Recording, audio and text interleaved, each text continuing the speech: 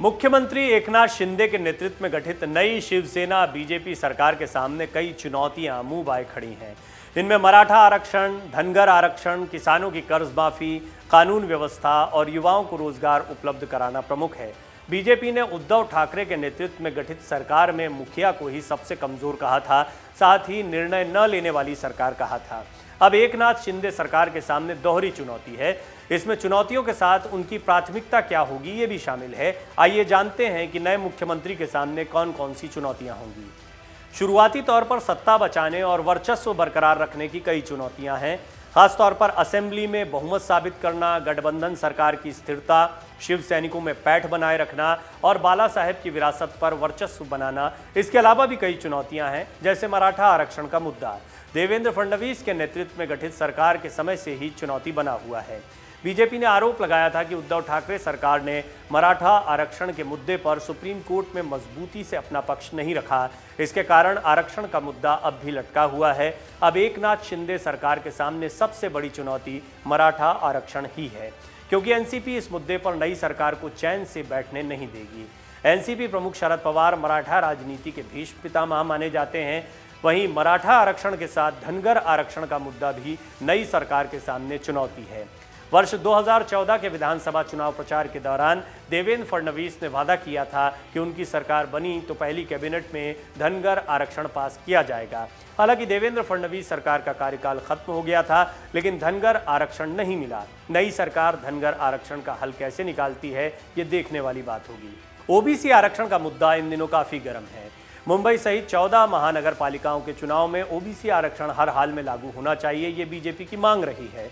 उद्धव ठाकरे सरकार की दलीलों को सुप्रीम कोर्ट नकार चुका है। हालांकि अभी सुनवाई जारी है, लेकिन सरकार द्वारा पेश दस्तावेज में ओबीसी समाज की संख्या को सरनेम के आधार पर आंका गया है, उसका भी टिकना मुश्किल लग रहा है।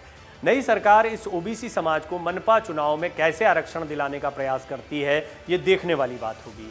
महाराष्ट्र में किसानों का मुद्दा हर सरकार के सामने रहता है। किसानों की आत्महत्या, उनकी आर्थिक स्थिति और कर्ज माफी नई सरकार के सामने बड़ी चुनौती है। उप मुख्यमंत्री देवेंद्र फडणवीस के विदर्भ और मराठवाड़ा में किसानों की स्थिति काफ़ी खराब है।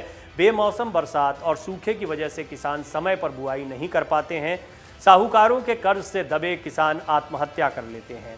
सरकार के आदेश के बावजूद बैंक समय पर लोन नहीं देते। दूसरा, कानून व्यवस्था हर सरकार के सामने बड़ी चुनौती रहती है।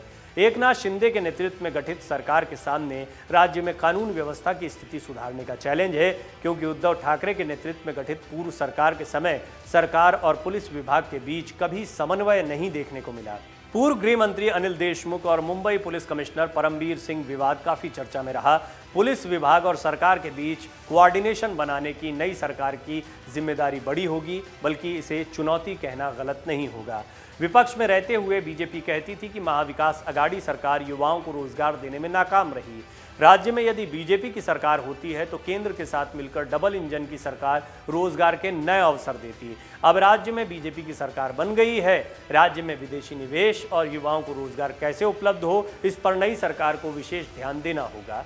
मुख्यमंत्री एकनाथ शिंदे ने अपनी पहली प्रेस कॉन्फ्रेंस में साफ कर दिया कि रुके हुए प्रोजेक्ट्स को पूरा करने पर ध्यान दिया जाएगा। इसमें मुंबई में metro car shed, Mumbai Pune महामार्ग, कोस्टल रोड, समृद्धि महामार्ग और अन्य विकास योजनाएं शामिल हैं। इनमें सबसे महत्वपूर्ण मेट्रो कार शेड है। लेकिन सबसे बड़ी चुनौती खुद उद्धव ठाकरे साबित हो सकते हैं या फिर शिवसेना का बचा हुआ गुट, क्योंकि एकनाथ शिंदे के गुट पर वो लगातार हावी होने की कोशिश करेंगे। एक बड़ी चुनौती ये भी है कि शिवसेना, ये टैग, ये ब्रांड किसके साथ में जाता है और क्या होता है उन विधायकों के भविष्य का जिनके पीछे लगातार उद्धव ठाकरे पड़े हुए हैं और चाहते हैं कि इन्हें अयोग्य घोषित किया जाए। बहरहाल ऐसे बहुत सारे सवाल हैं, ऐसी बहुत सी चुनौतियां हैं जो एकनाथ शिंदे के सामने आगामी दिनों में पेश आएंगी। खास तौर पर वो वादे जो विपक्ष में रहते हुए देवेंद्र फडणवीस पूरा करवाने की बात कर रहे थे या जिनको लेकर उद्धव ठाकरे सरकार को घेर रहे थे, तब एकनाथ शिंदे भी सरकार में मंत्री थे। तो ऐसे में मुख्यमंत्री रहते हुए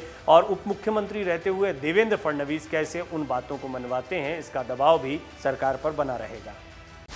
डाउनलोड करें अमर उजाला ऐप और पाएं खबरें लगातार। अगर आप ये वीडियो YouTube पर देख रहे हैं तो हमारे चैनल को सब्सक्राइब करें और बेल आइकन को दबाना ना भूलें। अगर आप Facebook पर ये वीडियो देख रहे हैं तो हमारे पेज को लाइक करें।